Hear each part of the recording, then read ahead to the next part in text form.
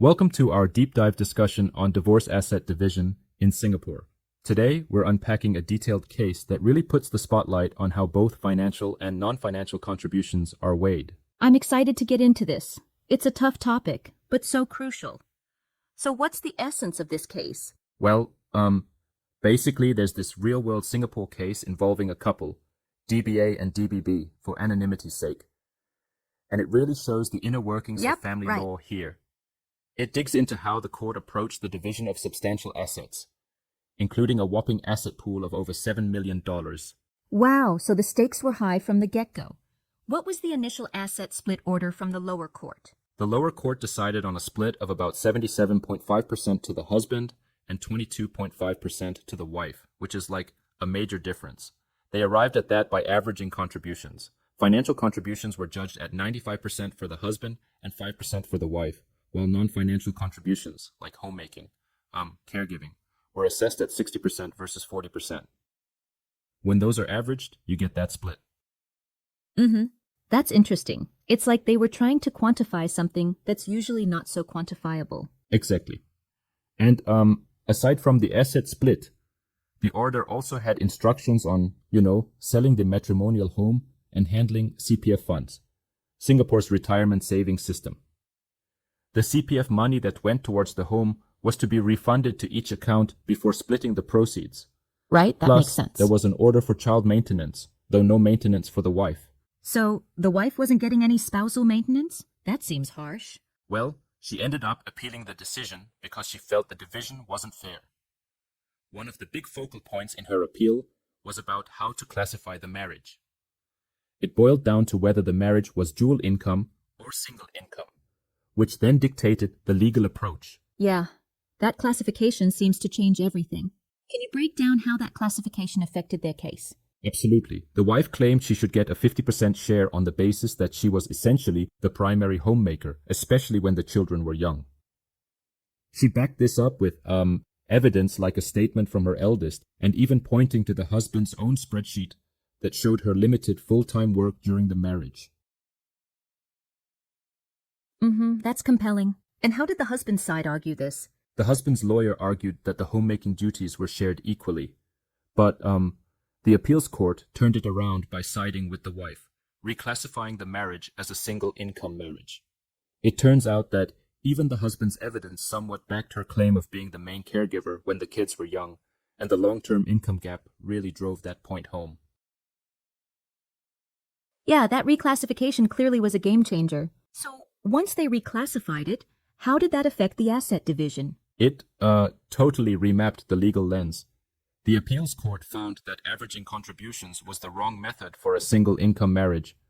Instead, they put a heavy weight on the non-financial, like the homemaking contributions.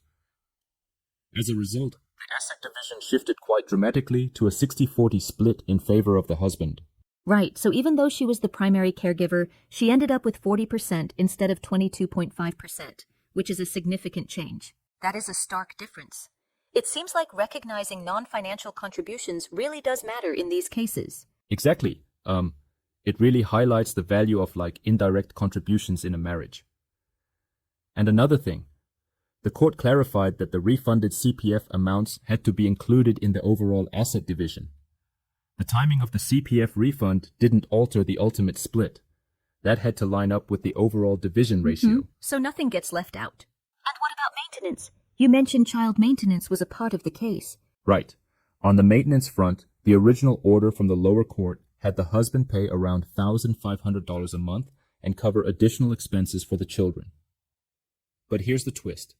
The husband actually submitted an estimate of $1,160 as being reasonable, while the wife estimated even higher at $2,230. The appeals court noted that the judge shouldn't have gone below the husband's figure. So they were caught in a bit of a balancing act, I see. Balancing the estimates can be tricky. So what did the appeals court ultimately do about the child maintenance? Despite all that, the court upheld the $1,500 amount because it was offered out of goodwill and ended up being about 85% of the husband's own estimate. It seems they viewed it as a reasonable compromise given the circumstances. Interesting compromise there. And the wife's maintenance? Was there any award for that? The appeals court agreed with the decision to deny maintenance for the wife. The judgment excerpt wasn't thorough on that part, so we don't get much detail on the reasoning behind that particular ruling.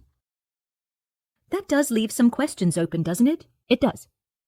Now, thinking about the broader implications, how do you see this case reflecting societal values? Well, it really brings to light how the legal system is trying to capture the true essence of marital partnerships. It shows that beyond just the dollars, the non-financial contributions like homemaking hold significant weight. The shift in asset division from 77.5-22.5 to 60-40 is a clear signal that these contributions can't be that kind of ignored. recalibration is pretty enlightening. I love that perspective. So it seems like the classification itself, whether it's a dual income or single income marriage, has a huge impact on how fair outcomes are achieved. Exactly. It's all about context. If you treat a single income marriage the same as a dual income one, you risk undervaluing the everyday work that goes into managing a household. It's like expecting a chef only to bring gourmet dishes without acknowledging the behind-the-scenes prep work. Great analogy. That's a perfect way of putting it. And in this case, the appeal really forced the court to reevaluate and adjust that perspective. Right. And another angle is how the substantial asset pool factors into deciding on these splits.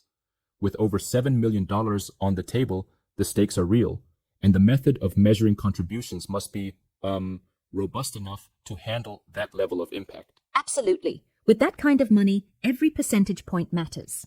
It really drives home the point that every aspect of the marriage, be it financial or intangible efforts, can alter the financial outcome. Precisely. And when you consider the CPF funds, it brings in another layer. The court's insistence on incorporating the CPF refund amounts ensures that no piece of the financial puzzle is ignored, regardless of when it gets refunded. Approach. So, looking at this, the key takeaway seems to be the importance of truly acknowledging all types of contributions in a marriage. Would you say that's the core lesson here? Definitely. It's an instructive case. It tells us that a fair legal process isn't just about counting salaries or bank balances. It's about understanding the full picture of marital dynamics, how one partner's everyday work can be just as valuable as the other's financial income. Now, I've got to ask, don't you think there might be room to challenge that final asset division further? I mean, a 60-40 split still leaves room for debate. That's a fair point. And, some might argue it doesn't quite reach parity even for a single income marriage. But, you see, the court had to relaunch its framework from the earlier flawed averaging method.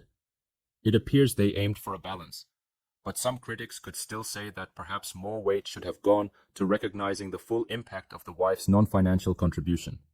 Yeah, I see what you mean. It really showcases how subjective these rulings can be, doesn't it? The balance of fairness, evidence, and legal principles can lead to quite different outcomes. Absolutely. It's a fascinating reflection of how law attempts to quantify the unquantifiable. And it also reminds property owners facing divorce that professional guidance is key. Speaking of which, before we wrap up, what would you advise someone going through a similar process? Well, if you're navigating a divorce and you have significant assets like property, it really pays to understand how your contributions, both financial and non-financial, will be evaluated. You should consult a seasoned family law attorney who can break down the specifics and help you prepare all the necessary evidence. That's sound advice. Knowing the legal framework can spare you a lot of heartache. Exactly. Cases like these show that while money matters are serious, the law is evolving to really factor in every part of marital life.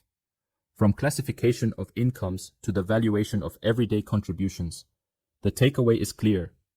Know your rights and document your contributions. Yeah, documentation is key. It sure is. And it also tells us that legal decisions, while sometimes steeped in numbers, are ultimately rooted in the realities of human relationships. Absolutely. And that's what makes these discussions so vital. They help us understand not just the legalities, but the very human stories behind the numbers. Right, indeed. Thanks for such an engaging discussion.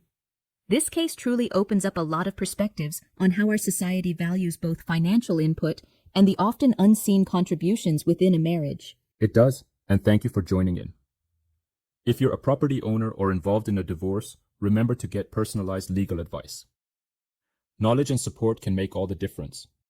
Absolutely. Until next time, stay informed and take care. Goodbye.